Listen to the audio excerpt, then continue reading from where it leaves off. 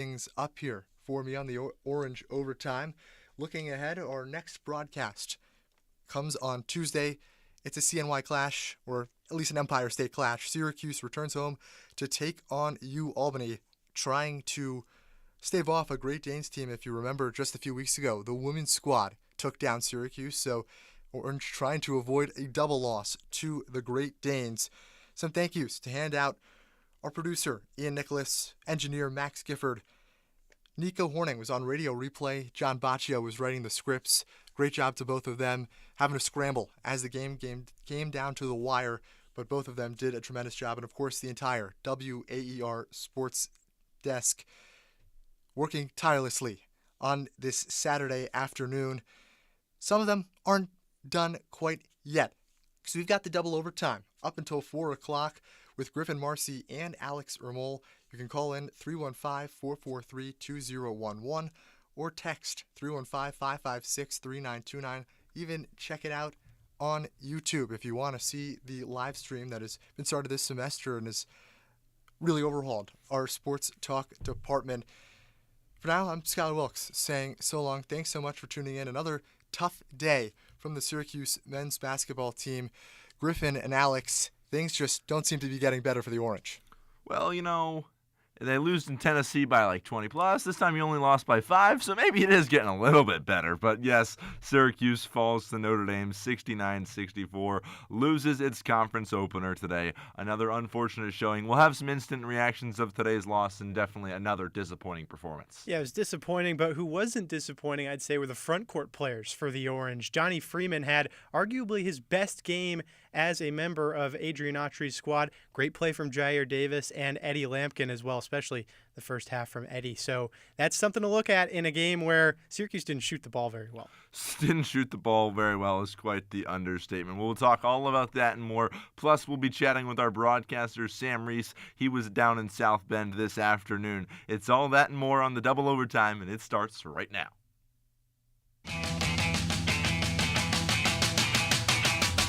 The game may be over, but our coverage on WAER is not. Here on the double overtime, we'll be breaking down all the highs. Copeland, left wing three! It's good! Vladimir Copeland wins the game for Syracuse!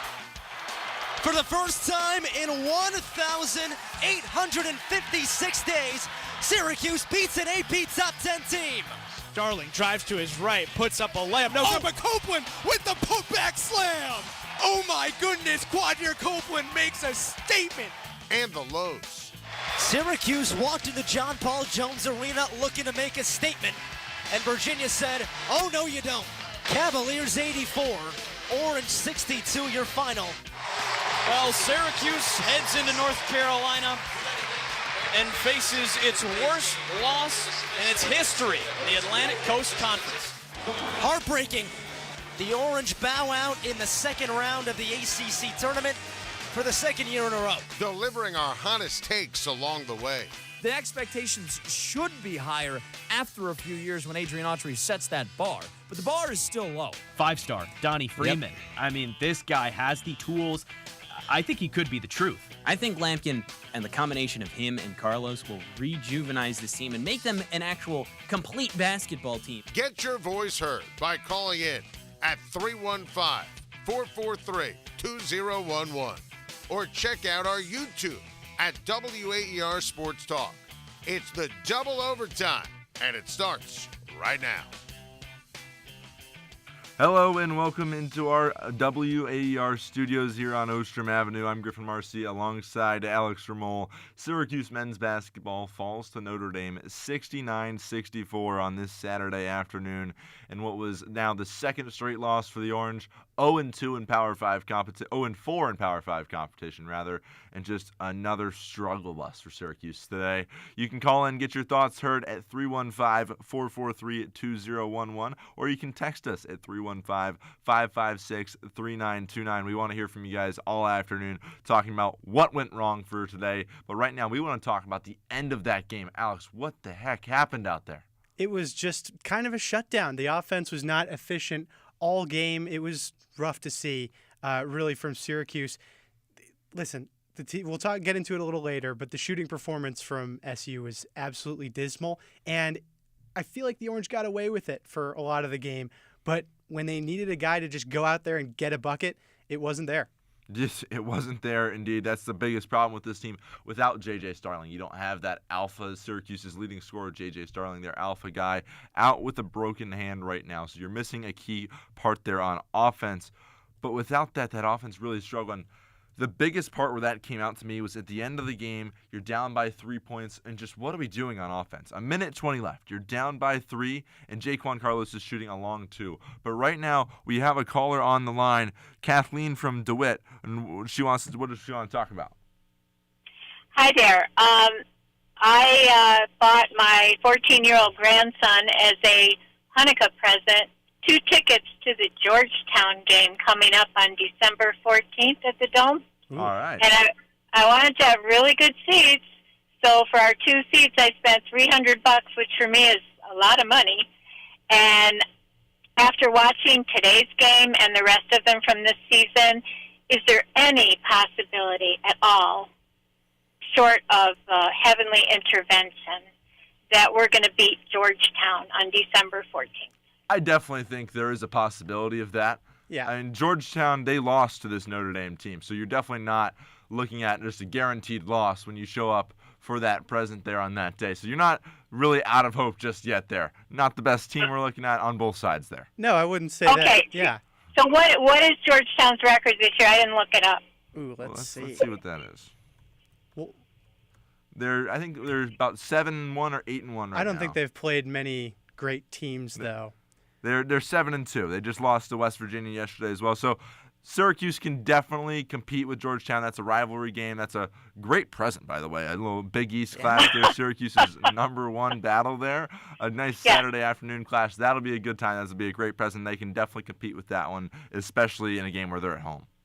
All right. Well, thank you very much. That gives me a little hope. Thank you. Of course. Have a great afternoon. Well, if nothing else, Kathleen's a good grandmother, and I don't really think that Syracuse is going to have much of a problem with Georgetown, but that's just the state of that rivalry right now. Listen, she's talking about Hanukkah, got me thinking about miracles. I don't know the full story, but I know that where the holiday comes from, it was a miracle on oil lasting very long, burning a candle bright. I don't think that anything like that, no act of a higher power, is going to be necessary for Syracuse to beat Georgetown, but I don't really think that that matters all that much because Georgetown almost feels like a mid-major game, even though it means a lot to a lot of Syracuse fans. You want to talk about act of a higher power? You know what Syracuse needs help with for an act of a higher power? Their three-point shooting. Yep. Absolutely atrocious today. They didn't make a single three-pointer all day, Alex. Do you pray to Ray Allen for that or someone like that? One of our texters the other day said we should probably pray to Matt Rowe at this point. I mean, Yeah. we're really just, wow. Not a single three-pointer day. You go over a decade. Last time they didn't make a three-pointer a game was against Holy Cross back in 2014.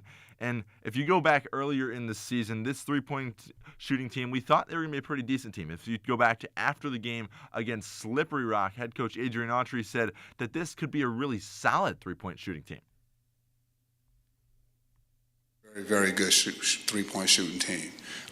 We practice it a lot. These guys get after it. We have the ability, we got guys that really shoot it at a high level. Really shoot it at a high level. We thought that was going to be the case, but today, not so much. Not quite. I don't think, the guys are getting after it. Sure, I'm sure they're putting up a ton of shots over the summertime and into the early fall when, there were no crowds around. There was no guys from the opposite team in your face. This team can't shoot. It can't. It can't. Well, it doesn't help either then when you're not playing your best shooters like for most of the game. I mean, Elijah Moore didn't get a ton of minutes today. He wasn't getting a ton of offensive opportunities. Chris Bell wasn't getting a lot of work there in the game. At the end of the game there, you're down by 3 with 35 seconds left, and Chris Bell's not even on the floor. Nope. That just makes no sense to me. No, he hasn't played great. There's definitely been questions of attitude and effort and stuff like that throughout the season. But at the end of the day, you need a three-pointer. He's got to be one of the guys that's on the floor. And for him not even to be on the floor for that his last possession there, and then you saw how the last possession went, which was just Jaquan Carlos dribbling it for 20 of the 30 seconds on the shot clock, loses it and ends up in like a bad layup. I mean, what are we doing? Yeah, it was absolutely terrible. Even if Chris Bell, I don't think he's quite in Adrian Autry's doghouse, but he's definitely fallen out of favor at least a little bit. Just a little. Just a little, but unless you're fully just not going to play Chris Bell in the game at all and totally bench him, he should be out there when the team needs a three. There's concerns maybe with his defense, how he operates when it comes to pushing inside, all of that. I understand. I'm not going to sit here and advocate for Chris Bell getting more minutes. I'm sure we'd get callers that would come in and call me crazy, but in the closing minute, you need a guy with a jump shot, and especially with J.J. Starling out. Yeah. I mean, Chris Bell today had 18 minutes, went 1 for 5 from the field, and 0 for 3 from deep. I mean, that just doesn't make any sense. He was supposed to be one of your offensive leaders coming into this season, let alone the struggles he's had at the free throw line recently. That's just a mental thing. I mean, 0 for 3 at the free throw line against Tennessee. Today, he misses his first 2 and finishes today 2 for 5 from the line. Just does not make sense from a guy who was one of the best three-point shooters in the conference last year. Yeah, I mean, it's just slipping on the modern basketball front for Syracuse. Listen, you can win games in college without shooting that many threes, but the point is that that's not how high school basketball players want to play. That's not how transfers want to play. They want to play a style that can prepare them for the pro level. So if it's going to get to the point where you just kind of shut it down on the three-point shooting front, it's going to be real tough to attract attention from anyone. And I think that was really the difference here, was just making a couple more threes. I mean, it's very easy to do the math, only losing by a few points there, to say, oh, you got a couple of those threes to fall. Not all of them were tough shots. I'd say most of the ones they did take were decently uncontested. So you have to go and make those, and Chris Bell's supposed to do that. Kyle Cuff is supposed to do that. Elijah Moore is supposed to do that. There's a lot of supposed to. If you look at this team on paper, they shouldn't be as bad as they are, and they shouldn't be losing to Notre Dame without Marcus Burton. Marcus Burton has been huge for them. He's been their best player all season long, and he's not out there today.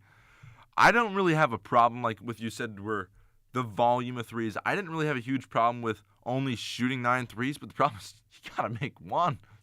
Yeah, and again, maybe 3. I'll get more into that later. I actually don't have a problem with them toning back on the threes, but it has to come out in some different way. This is not going to work. And really the thing is, we talked about it, though, a lot of positive play on defense. I think Lucas Taylor had a great game, but until the end of the game, where Braden Shrewsbury was getting anything he wanted, it seemed like any time that Syracuse got back into this game, it was immediately right out. We got a couple texts here from John from Syracuse. Just a reminder, if you want to get your voice heard, you want to get involved in our conversation, we'd love to hear from you. Give us a call at 315-443-2011 or interact with us on our text line at 315-556-3929. You can also check us out on WAER Sports Talk on Twitter and on YouTube. But John from Syracuse says, wow, feels like this team might not win 10 games. There's no offense, no set plays, no identity, no leader of this team, and no one wanted that last shot. Then he's got another question here at the end, but I'll save that. I want to get your reaction to that first statement, which I pretty much agree with. The big thing I agree with the last 2 points is no leader on this team, and no one wanted the last shot. Well, there is a leader. He just isn't playing. His name's J.J. Starling. And even though I'll say it, I don't think J.J. Starling is like a Messiah-level player. I don't think J.J. Starling's finishing and like solving all these problems. He's a leader, though. He may not be a leader. He may not be a alpha dog that you can put up there with the best in the country, but he certainly is one, and every team needs one. I think Elijah Moore could be that eventually, but he's clearly not ready, because you look at that ending possession, Jaquan Carlos is clearly looking for him. It eventually gets to him. I think it was good defense from the Fighting Irish there. But Elijah Moore holds the ball for, 5 seconds and then just kind of bails out? No, you can't do that. That is where Elijah Moore doesn't need to be the guy taking that final shot, which, that's what happens when J.J. Starling's out. You have a tattoo on your arm that's a bullseye, and you're not aggressively taking that last shot when J.J. Starling's out? I think he should be. I just don't think he's ready right now, just about 10 games into his young career so far, 8 games rather. But John from Syracuse also added in, how ugly do you think this year will get? Might not make the ACC tournament, question mark? I don't know if it's that low. I'm not ready to go that far, I'll be honest with you. I think that's a little bit extreme, but I do think this could get pretty ugly pretty fast. I mean, honestly, it's already pretty ugly to start the season. Oh, definitely. You're 4-4, okay? 4 wins, all against mid-majors, none against Power 5. Lemoyne, Colgate, Youngstown State, and Cornell. None of those easy, really. Biggest win margin, 10 points against Cornell. And that you was were losing for most of that game. Yeah. 4 games against Power 5 competition, loss. Texas, Texas Tech, Tennessee, Notre Dame, all loss.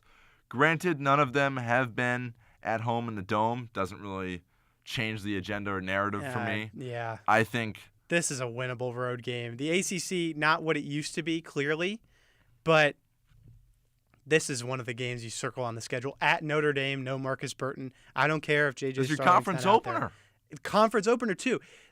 This show has a totally different tone if Syracuse wins the game because, obviously the Orange haven't done a good job kind of ingratiating themselves to the committee that picks for March Madness with their mid-majors. Oh, well. With their mid-majors, with their out-of-conferences. Right, but at right, least okay. you start 1-0, undefeated in the ACC, this great basketball conference. There's a feel to that. You go out on the road, not to one of the toughest places to play in the ACC, but it's a road win. It's kind of a statement on the season, which is kind of sad that Syracuse is to that point. But this was a game that is going to just look really bad at the end of the year. It is. I mean, you want to talk Looks about, bad now. let's say you magically end up on the desk of the tournament committee. I mean, the selection show committee, that's not going to stick out like a sore thumb. Trust me, you're not ending up on that. You're not going to be on their radar by any means whatsoever, and you can't afford to make these little slip-ups here. You had those games at the start of the season where you could have added a couple resume boosters in Texas or Texas Tech picking up one of them. You can't afford to slip up this bad, losing by 26 in Knoxville, losing to Notre Dame without one of their best players. I mean, You could get positive. You could get positive, and you could say Texas was I am winnable. so Texas intrigued how you Tech can get was positive. winnable. Correct. Tennessee, So how is that getting positive? Tennessee was one of the best games. No, like they made it close against quality I don't programs. care. Yeah, listen, I'm not exactly lost. happy either. They did lose.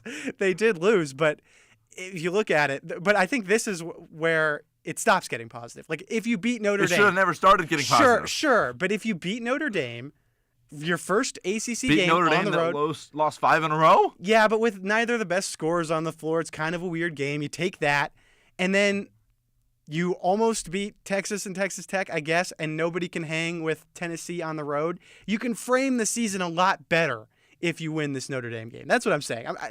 Listen, I'm just I want to trying get the listeners' thoughts on that, whether I'm on an island here No. or...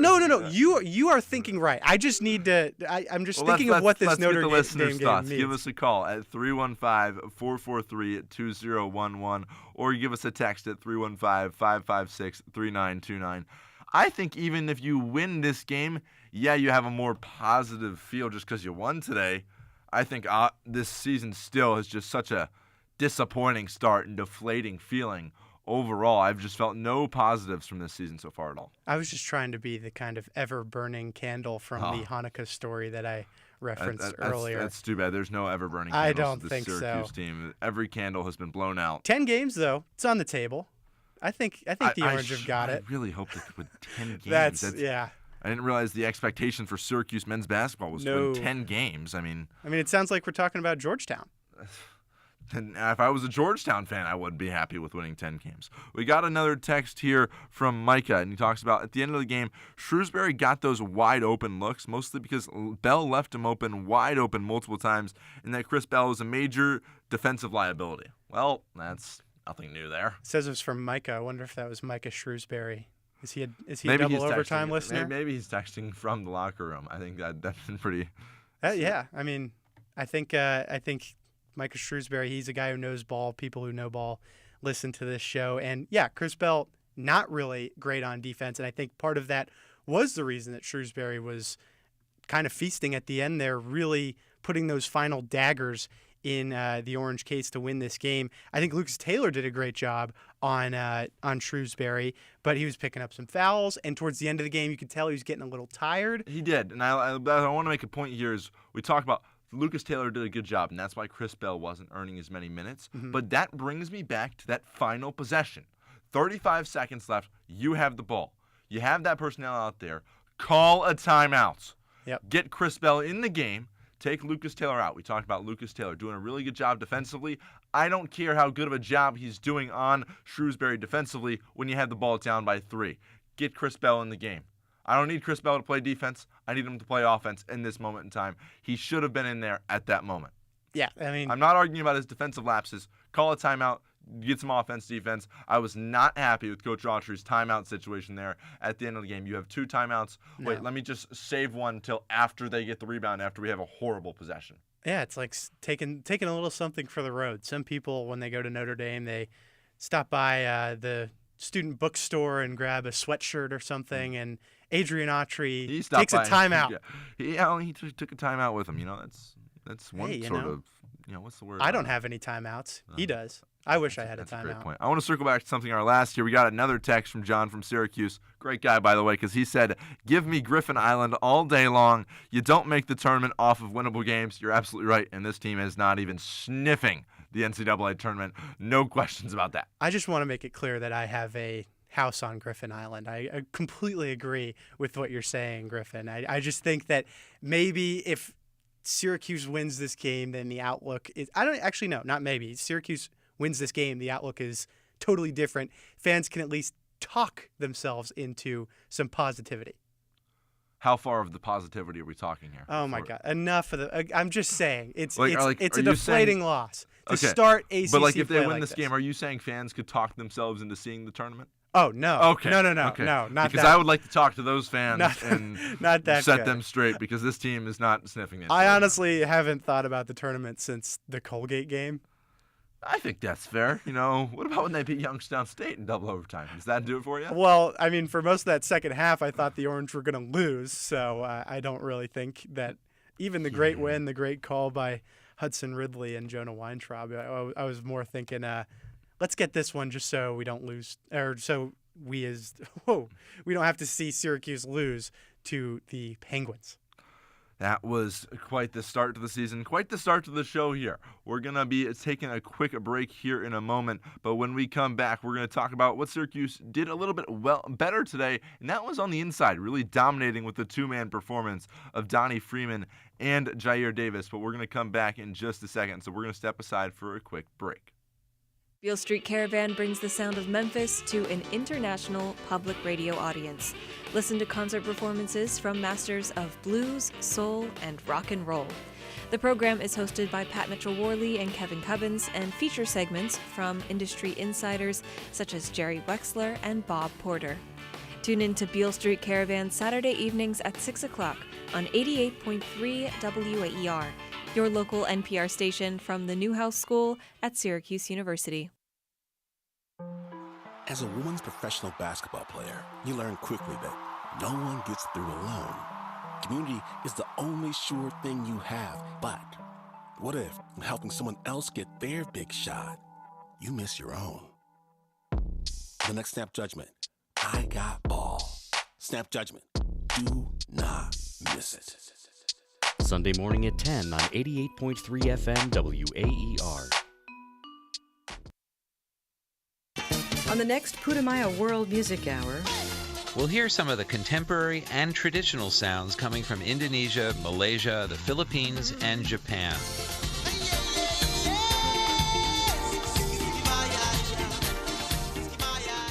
I'm Dan Storper. And I'm Rosalie Howarth. Join us for Asian Island Nations, the next Putumayo World Music Hour. Sunday night at 11 on WAER. We know you've got a lot to do in a day, and sometimes it may not be easy to tune in at exactly the right time to catch WAER News. But WAER News is always available, wherever and whenever you are, without a paywall.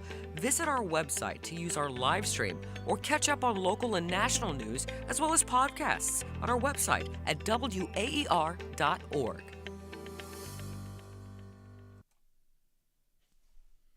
Westry's got it straight away. He's double-teamed, feeds off Davis, who thinks about a shot inside, loses his dribble and regathers, backs down his man in the paint, and he finishes at the rim.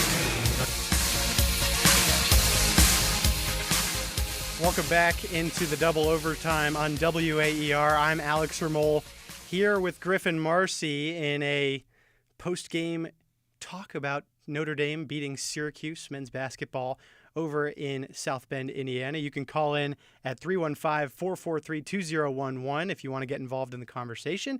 You can also text us at 315-556-3929.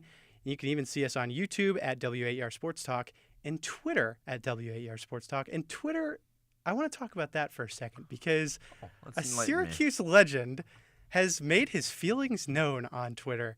It's Derek Coleman. Ever heard of him? I think he might ring a bell. He might be in the Raptors. One of the better bigs in Syracuse basketball history tweets a homemade graphic, it would seem, on Twitter with some text. You can follow him at @44thelegend. It says, Syracuse 64, Notre Dame 69. Watering down the legacy of 44. 5 points, 5 rebounds. Hey, Griffin, who wears 44 right now? That would be Eddie Lampkin. Yeah. Nice swapping. As you said, 5 points, 5 rebounds today in just 20 minutes, along with 4 turnovers. And ever since Lampkin transferred in here, he wanted to wear 44, and Derek Coleman has avidly spoke out against that because obviously 44, a legendary number here on campus. It's been retired, and it's been hanging up in the rafters, and it's just the biggest number here on campus. So it's a big honor to wear 44, and from the very beginning, Derek Coleman has spoke out about letting this happen. Yeah. And, well, today, he kind of got a point. People say it's not as big of a deal for football at Syracuse, but or not as big a deal as it is for football, for basketball. But not only has Derek Coleman wore this number, John Wallace wore this number, and it's just like a symbol for the school. Syracuse alums, I mean, you always see it with maybe a Twitter handle or a password or something, have the 44 in there. It means a lot more than people give it credit for on the basketball side of things. And Eddie Lampkin, I'll give him some credit first. Yeah, He started out the game pretty decently. I don't necessarily think this was like the big issue of the game. I don't really totally understand where Derek Coleman is coming from here. He was probably already mad. Yes, I just don't. Of all the things I saw out there today, Eddie Lampkin is not in the top 3 of where my problems were coming from this game. Yeah, I think that he was like actually a really key piece in the first half when it came to the playmaking side. He's a really good like high post playmaker, that little extra pass. He had 3 assists, I think, in the whole game. Most of those, if not all of them, were in the first half. He's a difference maker in that way, in a way that not a lot of bigs in the country can really say. But it got to the point where it must have been 4 minutes left in the first half. It was 3 minutes left in the first half without Elijah Moore on the court, without Jaquan Carlos really feeling that good. The play was like a standstill jumper bricked by Lampkin from like the left elbow. He's not as aggressive as his frame would lead you to believe. There were times where he was falling over on defense. It's not exactly Derek Coleman-esque. Oh, no. Yeah, no questions about that. If you guys have any thoughts about how Eddie Lampkin played today, do you guys agree with Derek Coleman? Was he the problem? Give us a call at 315-443-2011 or give us a text at 315-556-3929.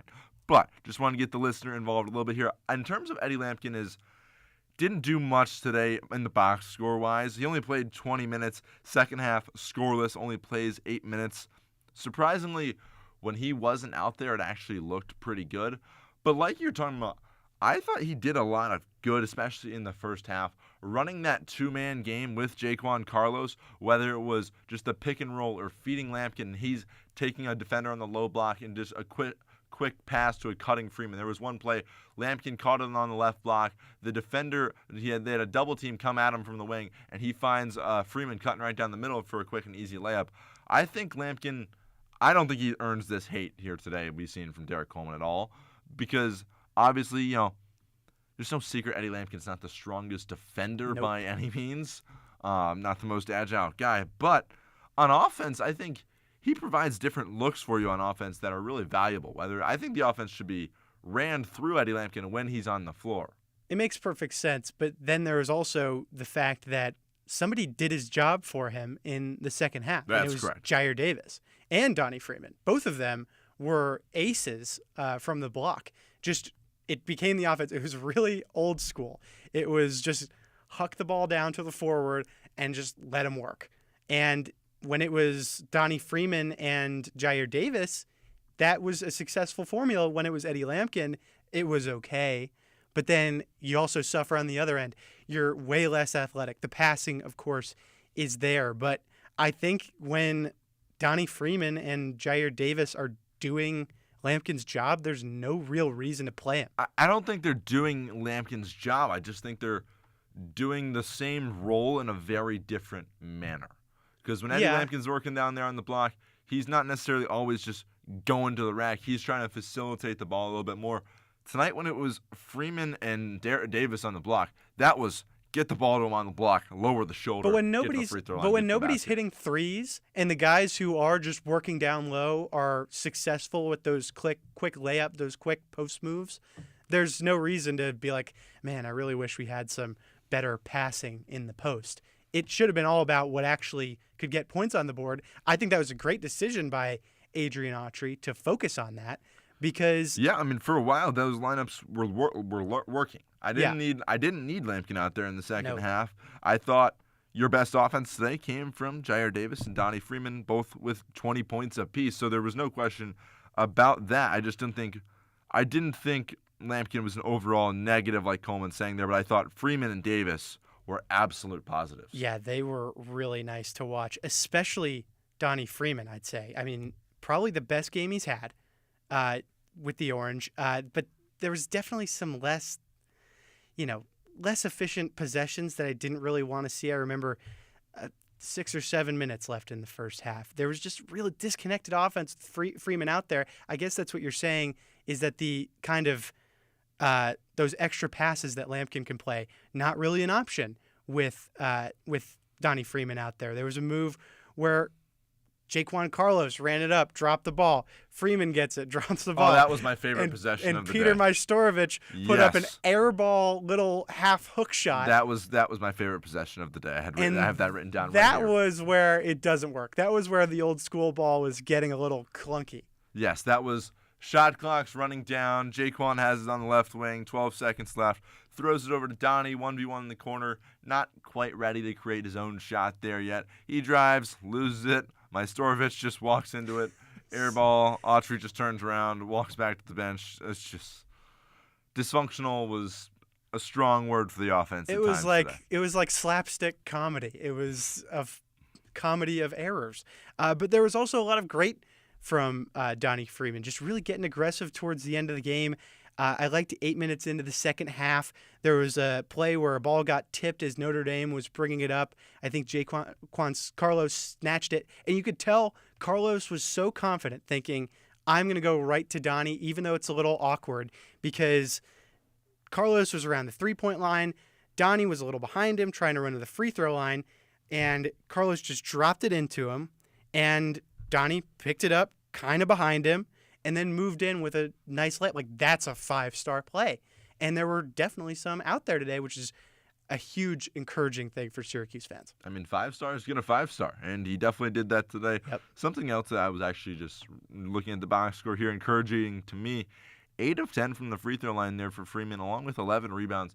Really key aspect for the game here for Syracuse all season long, as Syracuse has struggled from the free throw line. Today didn't do great again, 16-24, around 67%. Chris Bell missed 3, Freeman missed 2, Lampkin and Cuff each missed 1, along with Jair Davis. So free throw shooting obviously a bit of a struggle, but Freeman is gonna hit his free throws and rebound. I mean, he's really starting to hit his mold. Almost obviously Tennessee kind of throw that out the books, but it was Cornell right before Thanksgiving. Freeman, really nice game. Another really nice game from Freeman today. Team not necessarily following, but Freeman's stepping up a little bit. Well, one thing that the team did do, and again, it was a lot of Freeman, a lot of Davis, was get to the line. If you're not going to shoot threes much at all, and especially if you're not going to make any, then you have to make your free throws. And it didn't happen. That was another thing. You can't win without three-pointers and free throws. You have to pick a struggle, as they say. And Syracuse didn't. And another thing that gets to that is just, it's another thing I think of with Chris Bell starting the game with 2 misses. I mean, that's not going to help a guy like Chris Bell, who's in the past has really seemed very confidence-driven. Yeah. And he makes his first shot, he's going to have a great game. Misses his first shot, not going to have a great game. You're going to start off with 0 of 2 from the free throw line. Not really how you're going to expect. He's like your typical college basketball shooter player though, where he could just look absolutely rancid for a month and then something changes. Maybe he has a nice day at school the day before or something like that. He has his favorite candy bar before the game. Who knows? And he's just whapping threes. I still see a lot of potential in the Chris Bell on the offensive side. Defensively, you've seen improvements from Chris Bell defensively this year. I think effort's better. I think you still have a couple of those Chris Bell legacy performances in him. You've had 3 or 4 of those last year. Haven't seen one yet this year, so I'm sure maybe he'll crank one out against Georgetown. And our caller from earlier, Kathleen, she'll be very happy when she takes her grandson there for his present. Yeah, it could be a great Hanukkah present after all. Again, the effort was already there. We applaud Kathleen, but we're just going to take a quick break here, 10 seconds for station identification. Hey folks, I'm Jason Horowitz, voice of the Raiders and WAER class of 2005. You're listening to the original home of the Orange, WAER Syracuse. Hey, thanks, Jason. I think Jason would be disappointed in the rebounding performance from Syracuse today, and I think the callers at home would be too. So if you want to talk about how those bigs were maybe good on the offensive end, got their layups, but couldn't really bang down low, grab those keyboards, you can call in at 315-443-2011 or text us at 315-556-3929. Griffin, I know the rebounding had you hot at times. There was times we always watch the games for this down in our basement. There was times I was out of my seat yelling. I won't lie to you. It was just, I thought you were about to jump up and crush a ceiling tile or something. Only crazy people would do that. Yeah, but and there was just so many times when it was just, everyone, let's all just jump for the rebound and hope for the best. I mean, put your butt on the guy, box him out, push him back. He's got to go over the top of you, but if you're in front of him, make him work, push him back instead of just flying after the rebound. There were so many times I'm sitting here screaming at somebody to block out and get a rebound. Don't just jump for it underneath the rim. There was one time Donnie Freeman was underneath the basket. Yeah, he jumped higher than everyone, but you were underneath the rim. Put your butt into the guy, block him out. Use the big frame that you have. Listen, Griffin, we were playing pickup basketball the other day. You just got to box out. I know I can't play. I'm not a good player. I don't have a handle. I don't have a shot. But I'm going to get in front of the guy when the shot goes up, okay? It's basic basketball, and we weren't seeing it. And that's another thing where you think maybe if this aspect of the game is one tick better, then Syracuse wins. Yeah, I mean, there was today 9 offensive rebounds for Notre Dame. You get a couple of those, you pick those up, take those the other way. It's an extra possession for Syracuse. Today, 6 second chance points for Notre Dame. Not that many, but still, you get rid of those, it's a different game. Yeah, it's absolutely different. It's super easy to say about a game 69-64, real close. Syracuse can't even clear 70 against a Notre Dame team that lost to Elon.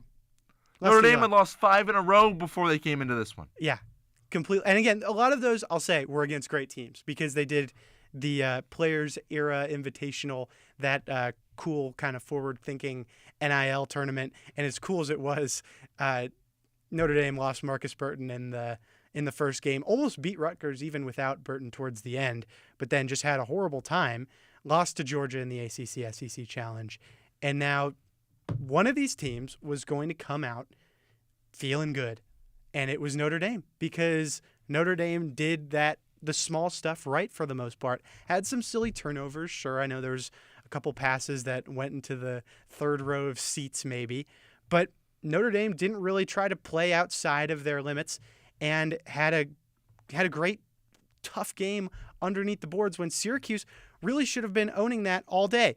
Now we've got someone with a bit of a solution to that maybe. It's John from Liverpool who wanted to see Naheem McLeod. Yeah, guys, Audrey plays a lot of players. I don't know what he probably played 10 or 11 players, but he didn't play McLeod. Not that he's a game changer, but I don't know if he's injured or do you know anything about why he didn't get in the game? He's just not very mobile, not a very athletic guy.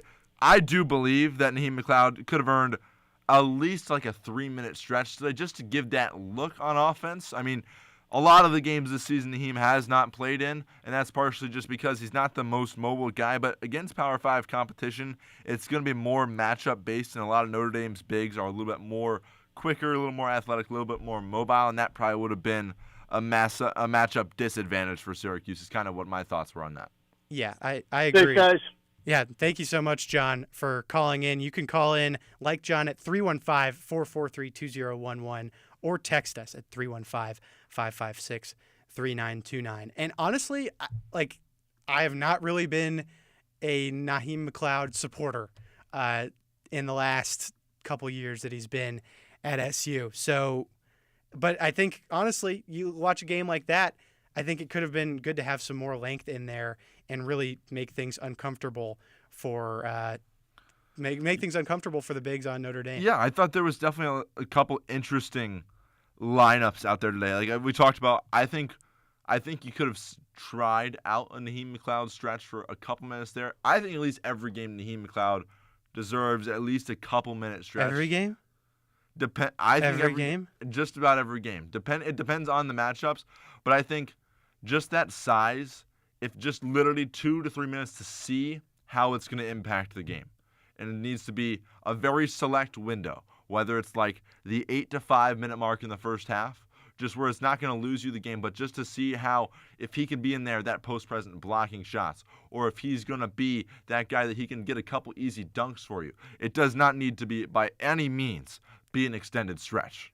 I think you have a point there. And I want to go back. There was a lineup that we saw and we've listened to, and we just thought there were some good lineups and there were some really bad lineups. You want to start with which one you want to start with? Well, the worst one we had from our WAER Sports Talk Twitter account, where it said Syracuse currently sending out a lineup of, and this was in the late first half, I believe, Kyle Cuff, Donnie Freeman, Elijah Moore, Chance Westry, and Jair Davis. Not exactly the Warriors' death lineup with the picture of Stephen Curry, Draymond Green, Kevin Durant, Klay Thompson, and Andre Iguodala.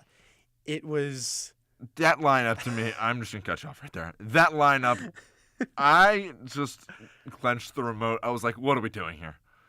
Chance Westry just played in his second game of the season. Obviously, still working his way back into things. You don't fully know what he's going to do so far this season. I think Chance Westry still has a lot of potential to him. I've been kind of overall relatively impressed, not necessarily impressed, but I see potential in what we've seen from Chance Westry though thus far. But then when the other guards are Kyle Cuff and Elijah Moore, that just doesn't make sense to me. You need and this is where it hurts not having JJ in there. Yeah. Just they don't have a guy there that really wants to create their own shot. Besides, Elijah Moore has shown flashes of it, or at least he did against Tennessee. Very much did not today. But Kyle Cuff and Chance Westry on the floor at the same time? What? Yeah, I actually really like the freshmen in there, Moore and Freeman, with Jair Davis. Those are probably the three, other than JJ, most positive players for Syracuse this season. But especially with Moore not being fully mature as a runner of an offense, the fact that the other two guys are someone who unfortunately hasn't played a whole lot of college basketball in Chance Westry, and then Kyle Cuff, who just doesn't really look like a Power 5 player. I hate to say it. And I wouldn't go that far. Fine, he's not a great one. He's not a starter. And honestly, I think the best version of Kyle Cuff is when he's a bit more of a willing shooter, and he certainly wasn't during that chapter of the end of the first half. Yeah, well, that's the thing with when you've seen Kyle Cuff get in this game so far this season, it just, if you want to earn those minutes, you got to come in and you're going to hit your catch and shoot shots, and that just hasn't been what's been happening this year. I mean, just not the best, strongest performance. But I want to talk about a lineup that I did like for most of that second half. Jaquan Carlos at the point guard, Lucas Taylor and Elijah Moore on the wings, and then Donnie Freeman and Jair Davis on the inside.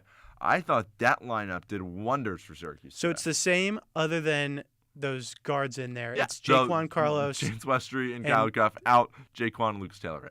Yeah, and I think that that's really a huge difference. And honestly, when J.J. Starling comes back, I say you replace Carlos with J.J., and that might be the lineup because you have a lot of I would actually consider keeping Jaquan in there and take Taylor out and put J.J. in. I see where you're coming from. Because Jaquan obviously had his struggles. Yeah. He's also had some highs at times. I just think if it's JJ and Lucas Taylor and Elijah Moore, I just don't think there's a ton of leadership and just command out there.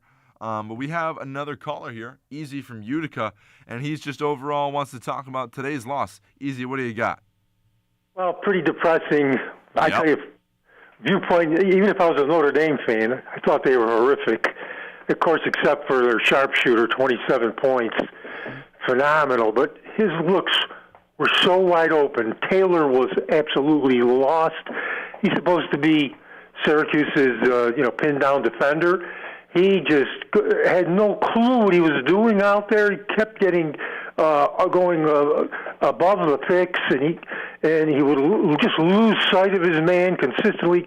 The looks that he had were wide open, and really that was the one guy on Notre Dame he had to be concerned about. The rest of those guys were throwing up brick after brick after brick. I mean, they were horrific. I don't see either one of these two teams winning more than 5 or 6 games in the conference. I mean, they just looked so poor. I'm not arguing with you on that at all. I think 5 at this point, you're probably not winning a ton of games on either side. Notre Dame came into this one losing 5 in a row. Syracuse can't even beat them.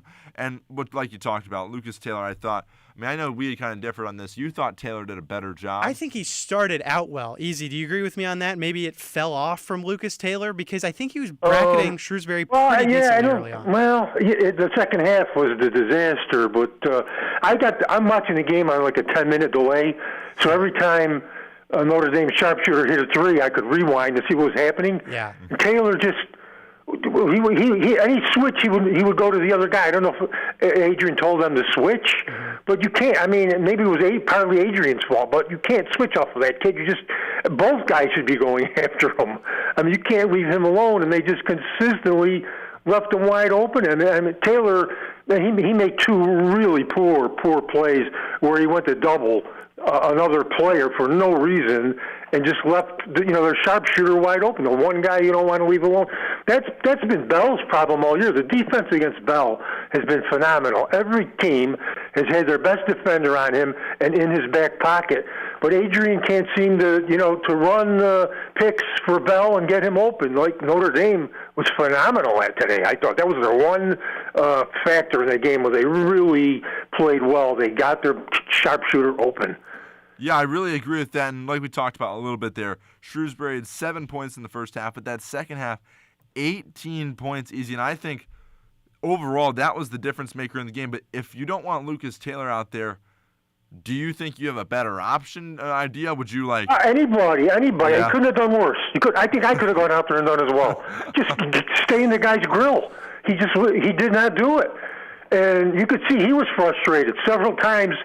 He made a mistake, and he would just put his head up in the air and say, "What am I doing?" He was just lost out there, the kid. I tell you, Bell, I thought in the first half, unusual, played great defense. He was really moving well. I would have rather let Adrian make a switch because at least Bell, he couldn't have done any worse than Taylor in the second half, and he's still an offensive threat. And Bell should have been in there instead of Taylor, in the last 5 minutes because Taylor would get wide open looks, and he was afraid to shoot the ball because he can't shoot. Yeah, I think it's perfectly fair, Easy, though, to expect some defense from Chris Bell because if Chris Bell wants to play past college, he has to be a good defender. Defense in the first half. I was watching him. I was kind of shocked. I said, "Man, he is moving well. He's staying in front of his man, and he seemed to be the best defender in the first half." But I guess his shooting was so poor, Adrian pulled him. But, Chris Bell in the second half only played 5 minutes. I thought that was the one game leave Bell on the court, but it didn't happen. Well, thank you, Easy. A lot of good discussion there about Chris Bell and Lucas Taylor. I think a little bit of dysfunction when it comes to perimeter defense from the Orange, but we're going to bring on, after this break, maybe the most functional person I know. It's Sam Reese, who is at the Purcell Pavilion, had a great perspective from over there in South Bend. If you want to talk to Sam, please call in 315-443-2011. We'll be right back in just a minute. As a women's professional basketball player, you learn quickly that no one gets through alone. Community is the only sure thing you have. But what if, in helping someone else get their big shot, you miss your own? The next Snap Judgment, I got ball. Snap Judgment. Do not miss it. Sunday morning at 10 on 88.3 FM WAER. Start your Sunday mornings off right with Sunday Morning Gospel from 6 to 8 a.m. right here on WAER. Hosted by Cora Thomas, the program features some of the best local and national gospel artists. You'll hear everyone from Daryl Coley to the Brooklyn Tabernacle Choir to the Winans family. More information is available online at waer.org. Join us Sunday mornings from 6 to 8 a.m. for Sunday Morning Gospel on 88.3 FM WAER.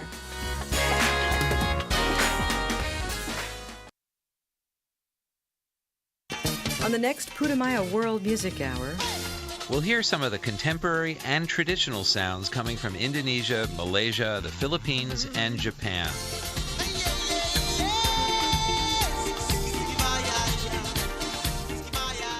I'm Dan Storper. And I'm Rosalie Howarth. Join us for Asian Island Nations, the next Putumayo World Music Hour.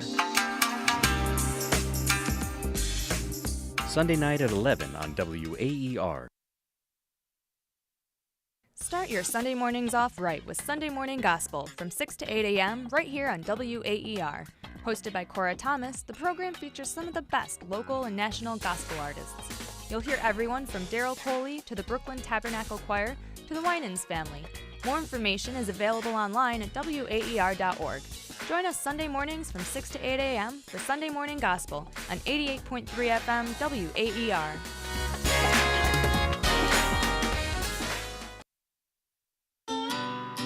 I'm Jesse Thorne. A lot of us have a passion, a hobby, a thing we collect. For Ken Burns, it's quilts. They're really great. I swore to one of my colleagues I was not buying another quilt. On Bullseye, Ken Burns talks about his legacy, his beautiful new documentary about Leonardo da Vinci, and also about quilts. That was about 10 or 12 quilts ago. That's on Bullseye for MaximumFun.org and NPR. Sunday morning at 11 on WAER. Beale Street Caravan brings the sound of Memphis to an international public radio audience. Listen to concert performances from masters of blues, soul, and rock and roll. The program is hosted by Pat Mitchell-Worley and Kevin Cubbins and feature segments from industry insiders such as Jerry Wexler and Bob Porter. Tune in to Beale Street Caravan Saturday evenings at 6 o'clock on 88.3 WAER, your local NPR station from the Newhouse School at Syracuse University. Dribble, now onto his left hand, backing his way to the right block, spin move, puts it up and home. Donnie Freeman says, let me do it myself. Donnie Freeman practically did do it all himself with his co-pilot today of Jair Davis. But welcome back into the double overtime. I'm Griffin Marcy alongside Alex Ramol. Syracuse drops one to Notre Dame at 69-64. And right now it's a two-man show. But we're about to make it a three-man show here with our broadcaster for today, Sam Reese. Sam was down in South Bend this afternoon calling the game. Sam, how's your trip down to South Bend?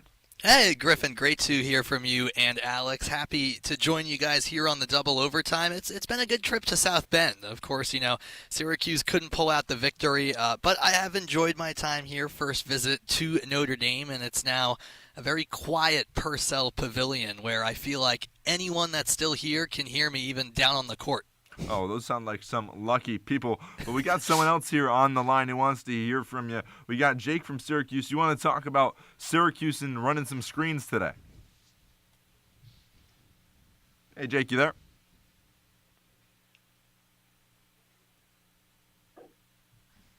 All right. No, nothing from Jake, but talk. Did I scare Jake? Oh, Jake, you there? Yep. What do you want to talk about, Jake? I just wanted to chime in on the call from the guy that was talking about Naheem McLeod earlier. If you have a 7'4" center, go back 2 years when he was on Florida State. What did he do?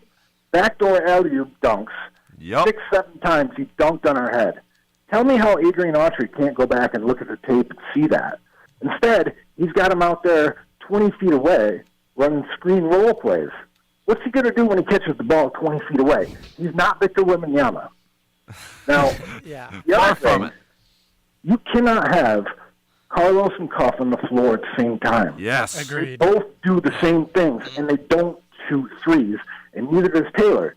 You have to start more. I'm just a bum on a phone. Even I can see that. Thanks for taking the call. I was a bum on the couch today, and I was saying the same thing because he should absolutely be starting Elijah Moore. Sam, I don't know if you agree, but Elijah Moore needs to be in the starting lineup today. But if you're back to the Naheem McLeod point, that I feel like Naheem McLeod wouldn't. He could have been some help today out there. Maybe it's those backdoor lobs. Maybe it's defensively. What are your thoughts? No, I don't really think so, unfortunately. What I've seen from Naheem McLeod in the 2 games he plays, in the two games he has played this season, a total of 9 minutes, it hasn't been too bright, Griffin, and that's a reason why we haven't seen McLeod get a lot of playing time. Of course, he's tall and could maybe help out defensively, but in that Tennessee game, a guy like McLeod pretty much did not help at all defending the paint. When a guy of that stature, that's basically the role he's there to do. And honestly, on a night like tonight, or an afternoon like today, I should say, the issue was offense, and McLeod's not going to help at all. So I really don't think so. I just don't think that Naheem McLeod is anything like what Adrian Autry wants out of a big man. I think we see who that is, and it's either an athletic guy like Donnie Freeman, or correct. If it's going to be a more lumbering person, it has to be an Eddie Lampkin, who Adrian Autry seeked out. There's only so many great post playmakers available in the transfer portal, and Adrian Autry made steps to go out and get one. So he's basically lined it up for you. His big investments in the front court. Jair Davis, good player, not a huge investment, I'm guessing. Sure. Was a hyper-athletic 5-star high school kid and a big body that can move You're the talking rock about Donnie in the Freeman post. there, rather, the 5-star. Yeah, both of them. I'm saying it's either Donnie's type of big man or Eddie's type of big man. And Naheem McLeod is not like either of those guys. I agree. I want to talk about something else we talked about there from Jake, which was Elijah Moore in the starting lineup. If anyone else wants to get their thoughts in, talk to us. Give us a call at 315-443-2011 or give us a text, 315-556-3929. As a reminder, we're also on WAER Sports Talk on Twitter, and you can watch us live on YouTube. And to me, Sam, this is a no-brainer. There is no reason Elijah Moore should not be in the starting lineup. I agree wholeheartedly. I really do, Griffin. And we got to talk to both Elijah Moore and Lucas Taylor after the game. Elijah, all of the players obviously very disappointed after that result. No. That would go without saying, of course. But I will say Elijah in particular seemed very frustrated. Mainly with his performance, but we've seen the potential there with a player like Moore. And also talking to Adrian Autry after the game, I sort of asked him about Elijah Moore in particular, and he talked about what went into the lineup decisions. And Autry said on a day like today where, the likes of Freeman and Jair Davis were doing their thing, that's just sort of how it went offensively, and he wasn't too concerned about that. But, when it comes to rolling out the same starting lineup and not inserting more in there, Autry sort of said that you have to – he mentioned adjusting and going game by game, and – Wait a minute. He said adjusting and going game by game. Yes, which is kind of contradictory, right? Correct. That is what I'm getting at here is game by game. You just saw him light up Tennessee. Right, that's what I don't get. The next game, just maybe, let's put in Elijah Moore. Yeah, I agree. Right. I'm with you. As we're agreeing that. Especially on a game like today where Lucas Taylor gets the start again, goes 29 minutes, and only scores one bucket. Well, at this point, I don't even need him to take out Lucas Taylor. Take out Chris Bell. Yeah, Lucas Taylor that's brings a fair point defensively. Too. He Chris does, Bell and that's only fair. played 18 minutes today, and only had 4 points. So we can put Elijah Moore in that spot. Yeah. That's fair to say. I support once JJ's back moving to the hyper offensive backcourt that has JJ and Moore in there. And then you have Taylor out there as the stopper. And you figure that whoever you put in big-wise, whether it's Freeman, Davis, or Lampkin, any combination, 2 of those 3, like that's where you go. Yeah, I think that's a very valid point, Alex. And that's a whole nother conversation with Chris Bell, who's just – he's not like himself. And, Adrian Autry was asked a question about Bell in particular, and – it's interesting because he goes about 18 minutes today, and he was off the floor for long periods, only attempted 3 threes, didn't make any, 1 field goal. And Autry admitted that Bell is just not himself right now, and I think that's evident for all of us. But that goes back to the point I think we were making moments ago, where if you're taking it on a game-to-game basis, especially with ACC play now underway and no J.J. Starling for the moment out injured, you have to understand that Bell's clearly not himself, like Autry admitted after the game, the last several games now, and make those necessary adjustments. So I would be honestly shocked if we see the same exact starting 5 again on Tuesday against UAlbany, because at this point, after today's loss in particular, you got to do something else. Well, Sam, just remember, got to go game by game. But you do. We do have another caller on the line here. We have Dave from Liverpool. Dave, you wanted to talk about some poor defense this afternoon. Yeah, Syracuse did a terrible job on Shrewsbury, and the problem is normally you would switch players with Shrewsbury. What I mean, if you had Starling. You wouldn't need. For one thing, Carlos is the point guard for Syracuse is such a liability on offense and defense, and switching with Carlos trying to guard Shrewsbury is not going to work because he's so short. And Shrewsbury by far the difference in the game, and Taylor was picked off so much it was difficult for him to get out on Shrewsbury, and you got to be able to. Switch men, but you got to be able to switch men with somebody that has some height. And Carlos is such a big liability on offense and defense. Dave, I'm right there with you, especially when you're talking about defending those screens. It wasn't just on Carlos, though, because sometimes, they're bringing up – it would just depend on who Notre Dame would set the screen with, because they'd be setting the screen. Syracuse is switching with Eddie Lampkin. I mean, that's not going to work at all, putting Eddie Lampkin on the perimeter against Shrewsbury. It was just – overall, I didn't like switching the screens at all today. I wanted the guys fighting through them the whole time because I want Taylor doing his best out there because, like you said, Carlos isn't going to stop him. Lampkin's not stopping him on a switch. Jair Davis isn't stopping on a switch. It just didn't really make a lot of sense to me at all. There's no reason for Lampkin to come out. There's no reason for him to come out on anybody. I don't believe that. I don't believe that his opposing center was a good three-point shooter or a good outside shooter. So there's no reason for Lampkin to come out at all. And that makes sense because I thought a lot of the frustration watching Shrewsbury really dominate in the second half, it wasn't too much on an individual level. Like, yeah, Lucas Taylor could have done better, but I thought it was more on the coaching side. It didn't look like the plan was really suitable to stop a shooter like that. Sam, what did you think about that defensive adjustment out there?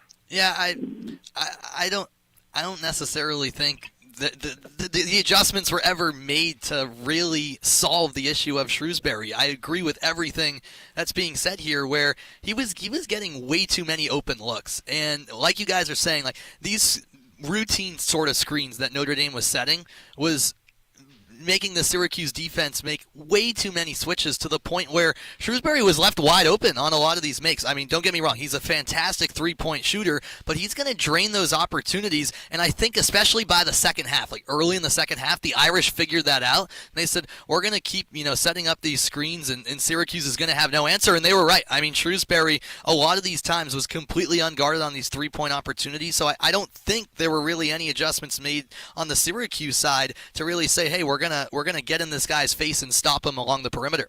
Yeah, that was a lovely conversation there from Dave. If you guys want to get involved, We appreciate the call there from Dave. So anyone else who wants to get involved, talk to Sam, talk to Alex, talk to I. Anything we've said about the game, anything else you want to talk about, give us a call at 315-443-2011 or give us a text at 315-556-3929. We want to hear your voice heard, whatever you want to talk about. Maybe you want to talk about the defense, the rotations. Maybe you're like one of our WAER Sports Talk desk guys, Nick Evans. All he wanted to talk about was the fashion out there today. So what do you guys want to talk about? Just give us a call, and we'll get you guys involved in the conversation.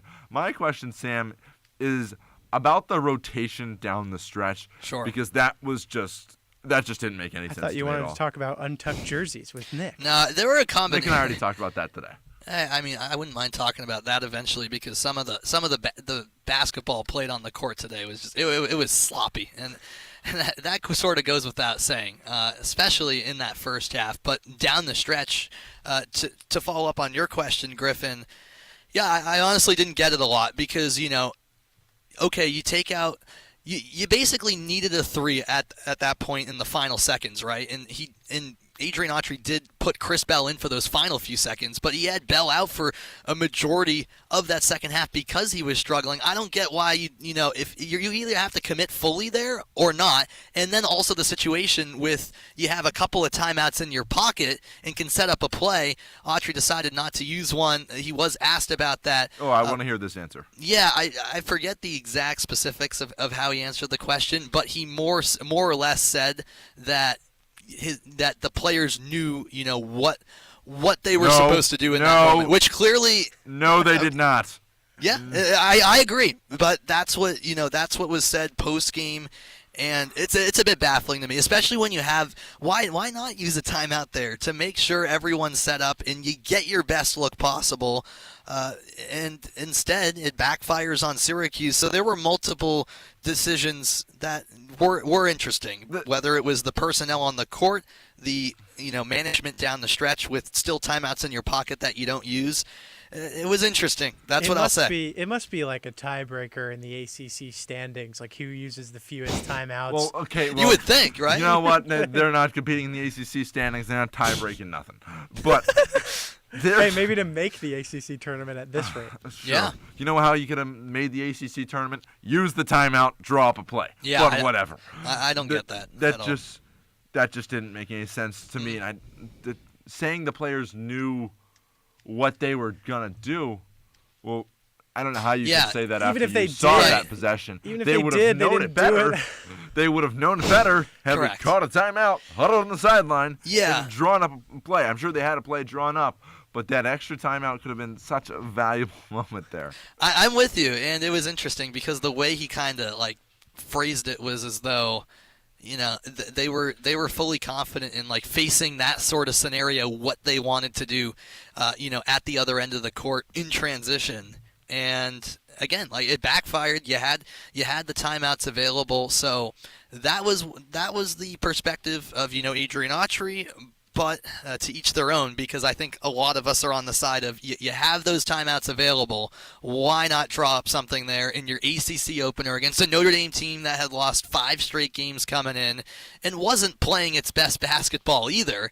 This is a totally winnable game, and that's another thing that was echoed by both Autry and the players in their disappointment afterwards. It's not like, Notre Dame played a great game here and deserved to win. I mean, this was clearly up for the taking where both teams were struggling, especially offensively, and that's what makes it that much worse, really, for Syracuse coming out on the losing end here. So, Sam, what players did you get the chance to speak to after the game? I'm curious about that. Yes, so we talked to a plethora of players. I have the list right here, in fact. We got Jaquan Carlos. We got him. We also talked to Elijah Moore. We talked to Jair Davis, Lucas Taylor, and then Donnie Freeman. So that's I would like to know. Yeah, no Bell. Chris Bell is an important one, but I think Elijah Moore, I would like to hear what maybe he had to say, because you said the game was there for the taking, and I think the guy that was probably going to take it for Syracuse would be Elijah Moore, because we saw a great play in the front court. We're just missing that. The Orange were just missing that little bit of punch from their guards, and that should be Elijah Moore with JJ out. Sure, it's a fair point to make, and as I hinted at earlier, all the players were obviously very defeated, but more in particular, He was very down afterwards, and appreciate him taking the time, obviously, but I think was very disappointed with perhaps the way he performed in the team result as well. So didn't get a whole lot out of him. It was more of him talking about how it's all about just still having confidence and really looking ahead to the next challenge, because he was not in any mood to talk about the game that just occurred. But going back as well to what Adrian Autry said when I asked him about Elijah Moore, not starting, but not only that, not scoring into a single point until the final minutes. Autry wasn't too disappointed with that because he said it was the type of afternoon where Freeman and Davis were doing their thing, so he didn't mind the fact that Moore wasn't scoring a whole lot, but the fact that he didn't score until the very end. Yeah, and that's why I asked that question as well, because we've seen Elijah Moore absolutely ball out. I mean, the last 2 games he's averaged about 22 points. So for him to have this performance, I wouldn't read too much into it. He is a freshman after all, and you would hope that he would step up down the stretch and in the clutch, but that just wasn't the case today. So that's really where things stand there, and I did find those comments a bit interesting from Autry. The guards and Chris Bell, I'm going to kind of fold Chris Bell into the guard convo, even though he's more of a forward. Yep. They scored 19 points combined. Right. Jair Davis and Donnie Freeman each had 20. And guess yeah, what? And that's also, the problem. And also, Jaquan Carlos scored 8 points, career high, or Syracuse high. Congratulations Correct. to Jaquan. But even the 8 points coming out is a surprising number. Yeah. So you get not even 20 points from your perimeter players, and you're fine with that? That cool makes that makes You're no cool with sense that. at all. Well, no, I would backtrack a little bit. Like he's not cool with it. Yeah, per but se. he's not really he's not getting mad at it. It was mainly in regards to Moore in particular, rather than the team as a whole, where he said, Yeah, but you know what I mean. Like don't get me wrong, he stressed right away. Yeah. Like the free throws are continuing to be an issue. I mean, it's the same thing. Obviously, there's no answers, but he harped on. He said straight up, like we're not where we need to be here. The free throws, the 3-point shooting. I mean, this is the first time Syracuse hasn't made a 3-point shot in a game in a decade. So with that's those guys that I just mentioned, I mean, Jaquan Carlos getting 8 is fine. Lucas Taylor not scoring much, even though he played a lot, I guess is fine. Chris Bell, we've already gone over. Carlos played pretty well. He did, especially down the stretch. I'm but not arguably his his best game in a Syracuse uniform so far. I wouldn't say way down the stretch. Not way down the stretch. Sam, let me play a game with you. How many free throws do you think Syracuse missed today? Well, I have it in front of me, so I already know. Well, the answer is 8. They lost Correct. by 5. That's just plain and simple right there. Well, right? but the funny thing about what you say there is that Notre Dame went 17 for 27 at the line. So that goes back to my point where they gave you the opportunity. Exactly. Like this was totally. This was beyond a winnable game. Well, I mean, if you can't beat Notre Dame without Marcus Burton, I know you're without J.J. Starling. It's a bad sign. Well, so Sam, we went over a few things that, again, 5-point game. Yep. One thing that you do different can switch you over. Out of free throws, the 3-pointers, or maybe even the rebounding, which would you say should have been the thing that should push SU over to the edge? That's a good question. In a game like today, 3-pointers, I would say. 0. I mean, 0 for 9. Like the free throws have always been an issue, and this team hasn't been lighting it up from beyond the arc by any means. Syracuse came into the day shooting 28% from downtown. That must be good, right? That's third bottom, I should say, in the ACC. Okay. Maybe drop to the bottom after today. I think 0% might do it. Might drag you all the way might down. do it. So we knew, we knew that they were struggling from 3, but not this bad. Like you have to make at least a few threes, especially when you got a guy. How about one? Yeah, exactly. How about one? Hey, especially, start with one. And my point is in a game like today as well, where you have Braden Shrewsbury on the other side, who scored 6 threes in the second half alone against you last year, and you still got lucky to win that game. He does the same today, scoring 6 total threes. I believe 5 of them, or at least 4 of them. 4 in the second half. He hit 6 threes. The team hit 8 as a whole. Like they were knocking down those perimeter shots. You have to have somewhat of an answer for that. And I thought it was very fitting that down the final stretch, Syracuse missed multiple 3-point chances when you needed it the most. I know it was a consolation shot at the end, but it was an Elijah Moore corner three at the buzzer that clanks out, and the crowd erupts here at Purcell Pavilion, and that clinched the first time in 10 years that Syracuse hasn't made a three in the game. That basically summed up the day. Yeah, you got to make one or a couple, and you win this game. If you make 2 3-pointers, you win this game. 2 threes the whole game. Some free throws, that'll do it. Right. Sam just said what he thought was the biggest issue with today's game, but we want to hear from our listeners what they thought was the biggest issue from today's game. Please give us a call at 315-443-2011 or text us at 315-556-3929. I know I'll be happy to talk with you, happy to talk about this lovely game. So will Alex, so will Sam. Lovely game, huh? Lovely game. That was just a terrible word. I thought of a quote to your point about the shooting, Sam, and it's from a Syracuse basketball legend. It's from Dion Waiters. Do you know where I'm going with this? He said, I'd rather go 0 for 30 than 0 for 9. He literally said 0 for 9. Because you go 0 for 9, that means you stop shooting. That means you lost confidence. I disagree with that and for today's. And honestly, I do too. But my thing more was like, I don't blame them for only shooting 9 threes. No, not because really. Clearly it wasn't working. But just make a couple of those at least. Like, you're an ACC basketball team. You should make at least a few of those. I would think 9 is a bit low. I don't think maybe a little. I don't think they need to be gunning from deep. Well, sure. 9 is low, but if you're gonna go 0 for 9, I don't want to see another one. I really didn't want to see another 3 today. Frankly, the only offense that worked today. Nope. Frankly, the only offense that worked today was get the ball on the block, Jair Davis, Donnie Freeman, throw an elbow on the guy, get to the free throw line, maybe make a turnaround jumper. Sam, what did you see from Freeman or Davis, either one, that you thought allowed them to excel so much out there today? Yeah, I thought a lot of it was their willingness to just put their head down and drive into the lane. And maybe part of this was because they had no faith and weren't making any of those shots from outside. But I think it got to the point in the game where Freeman and Davis both kind of understood the situation. Hey, you're in a close game. At some point, you gotta kind of take over, and to their credit, they both did. I think it was their willingness to be aggressive, believe in their abilities, use that size to their advantage. They were drawing fouls in the lane, some nice moves to get quick points. Against a Notre Dame team that at the other end was very methodical with their possessions. I thought Freeman and Davis at multiple instances did a good job of speeding it up a little bit in a style Syracuse tends to like to play a little more and get those buckets early on in the shot clock. So it was their willingness to get to the rim at the end of the day, because these two guys are both, they have that physical prowess enough and they're talented enough to kind of take over at certain points, and I thought that was on full display in this game. So I got to give them both credit, especially later on as the game went on and, they were going neck and neck. I think Freeman and Davis were both ready for the moment. Unfortunately, not enough other players could step up on the offensive end. I mean, at times they were playing 2-on-5 out there. Right, and they were making those buckets. That was the crazy part. Like, it was like, it was so hopeless offensively that those two were like, all right, we got to take over ourselves. And there were instances where they actually did, but you want it to be 5-on-5 out there, not 2 against 5 to your point. So, yeah, that's the broader issue about this offense. Well, you're talking about playing 2-on-5, Sam. I want to ask you real quick about the sixth man for Notre Dame meeting the fans, the crowd.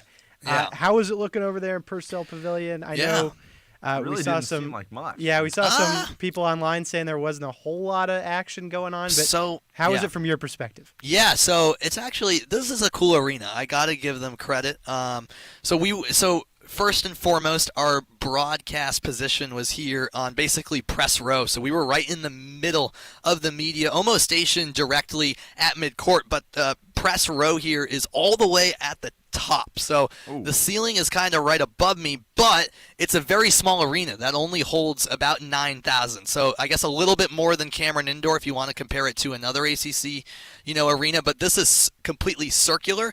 So we're almost near the top above all of the stands, but we're not far up at all. It's more a lot of depth in the seats. So we're far away from the court, but not super high up. So it's a really intimate arena, and I will say, like, leading up to the game, not a whole lot of fans filing in. And I was like, it looks like the attendance isn't going to be too great. I mean, there's been games already where they only had 4,000 fans. Head coach Micah Shrewsbury kind of not pleaded to the fans, but mentioned before the other day that he wanted to see the fans support the team amidst this 5-game losing streak to get back on track. And then all of a sudden, it was right around noon. We had a 12:07 tip here, and right as the game was starting, a bunch of fans flocked in, and I got to give them credit. We did get an unofficial attendance number at 6,200, and I think that's pretty accurate, where it was decently filled. Obviously not fully packed, but the atmosphere was reasonable here. Like, you could feel the energy, especially in the second half, and mix in as well. It was a green out here for Notre Dame, so a whole lot of green in the arena. Also a good amount of Syracuse fans that showed up, so you could see some orange splattered throughout the crowd. So overall, I wouldn't say it was an amazing atmosphere for an ACC battle, but it was very solid. I thought the fans, the noon tip maybe a bit early, but they filed in. Of course, the Notre Dame football team isn't in a conference, so they don't have a conference championship today. We've been talking with some of the locals about how excited they are to host a college football playoff game in a few weeks, but the main focus this weekend was the basketball team opening up ACC play, and I thought a very respectable crowd on hand where the atmosphere came alive the deeper into this game we went. It was just the brunch crowd. The brunch crowd came exactly. in late. Yeah. Right. But no, it was good. It was good. I'll give them some credit. It wasn't, again, packed, Sam, but it was one reasonable. Final quick two-part question for you. One, Sure. highlight of your trip down in South Bend. Highlight of my trip? That's like, I assume not, that doesn't include actually calling the game, right? That would be correct. All right. Outside of here, highlight, probably, seeing Touchdown Jesus was pretty cool. And just really walking around the campus. It's a really big campus here at Notre Dame. Got to do some of that yesterday. And going into their version of, I guess, like you could call it Barnes and Shine back at Syracuse, has a lot of floors. It was cool checking that out, where their student-run TV station is kind of in the middle of that. We were trying to get to like the top floor there to get a peek inside the football stadium. Unfortunately, they locked the doors above the 5th floor. But yeah, that was probably the coolest part. All right, it sounds good. Thank you very much, Sam, for your time. We're running up against a quick break here before we have our final word segment here on the Double Overtime. It's Griffin Marcy and Alex Ramol, but we're going to take a quick break before we wrap things up.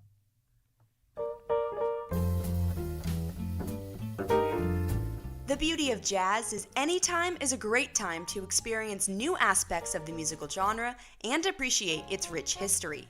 WAER's HD2 channel is a dedicated source for jazz music 24 hours a day. Available to stream at WAER.org or on your HD radio. WAER, your local NPR station from Syracuse University. I'm Jesse Thorne. A lot of us have a passion, a hobby, a thing we collect. For Ken Burns, it's quilts. They're really great. I swore to one of my colleagues I was not buying another quilt.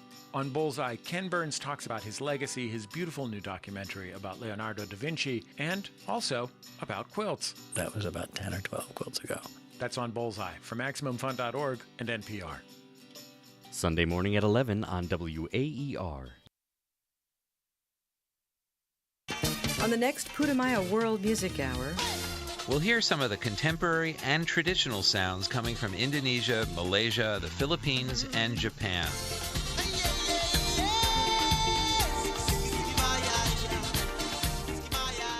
I'm Dan Storper. And I'm Rosalie Howarth. Join us for Asian Island Nations, the next Putumayo World Music Hour.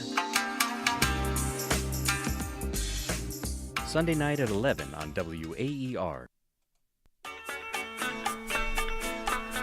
Julian Roper has a wide open right side of the lane, but he's stripped away. Eddie Lampkin, hello. At the other end, Chris Bell cruising. He missed the layup. Put back falls. Jaquan Carlos. It's not September, it's December 7th here in Syracuse and most of the world. It's December 7th, and it's the Double Overtime back in our luxurious Ostrom Avenue studios. Alex Ramol, joined by Griffin Marcy, after a disappointing loss for Syracuse men's basketball in South Bend against Notre Dame, a game that was quite winnable, but just didn't really fall through. Syracuse is 0 so far in ACC play. And we're going to get into our final words, and Griffin, I'll go first. Age before beauty, as they say. So your words, not mine. Take the compliment, Griffin. Come on. So for my final word, I'd like to emphasize that it was a bad performance shooting the ball from deep for Syracuse. 0 for 9. It's not what you want. But I don't mind the trend, especially without J.J. Starling, that Syracuse isn't shooting the ball all that much. Because if Chris Bell is not playing all that well, again, especially if J.J.'s out, if Elijah Moore, you're not ready to give him too many shots if you're Adrian Autry, then don't force it, because that's how things get ugly. Of course, you could luck in to a good performance if you just chuck a bunch of threes again and again.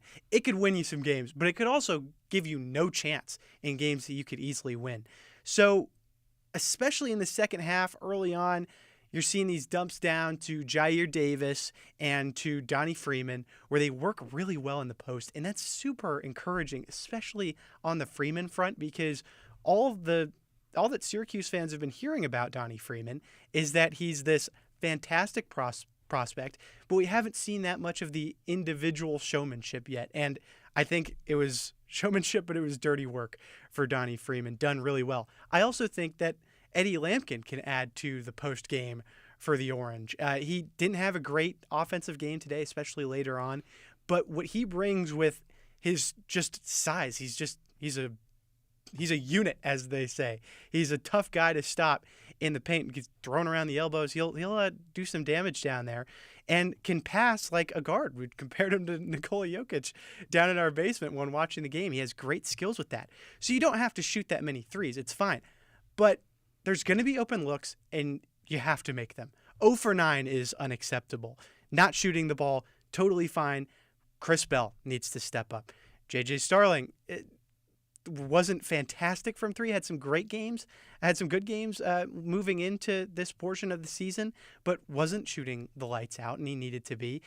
Other guys like Kyle Cuff, maybe Jaquan Carlos, Lucas Taylor, you're not expecting too much from those guys, but there need to be shots made. And of course, I think Elijah Moore is the one that could really bring that to the forefront. So especially going easy on a guy like Elijah Moore when JJ's out. You don't need to fill up the stat sheet with the threes, but you need to make them. Be sensible about when you take those deep shots, but make sure to be clinical and nail them when you're open. I love that final word, talking about, the perimeter shots. My final word, we're going to dive a little bit deeper onto the inside. And my final word is going to be, the bigs are the key to success for this team. Who knows what success is going to turn out to be? Obviously not been a great start by any means for Syracuse standards. But you've seen you're not going to get a ton of production from the outside, from your guards, whether it's, especially if J.J. Starling's out for a little while, Chris Bell's inconsistent, Lucas Taylor's not a great offensive threat.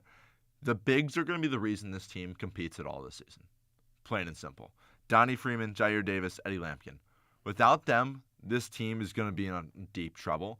And if they're going to step up like today, you're probably going to be able to compete for a little while. 40 points combined from Jair Davis, Donnie Freeman. 20 each. That's huge. That was the only reason, those two, the only reason this team competed today. And it's going to be like that for a little while. And I think it doesn't always have to be those two stepping up. I think Eddie Lampkin can come in, give you some really valuable minutes with the right matchups, where maybe the other team doesn't have a super athletic guy on the perimeter that he has to guard, where he can play some more minutes. And they can run the offense through him. At the elbow, like you mentioned, the Nikola Jokic role. He can facilitate the ball. You've seen a couple of wraparound passes he's made this season. He can move the ball well if he's starting to face double teams. Having those guys on offense as the big men down low, that's going to be needs to be the foundation of this team. If you want to keep taking a lot of just different perimeter shots, long twos, and shots from outside the paint, it's going to be a bad season top to bottom. Plain and simple. The bigs are the reason this team is going to be remotely competitive this year, and that needs to be the focus going into the rest of the season. Put the ball inside.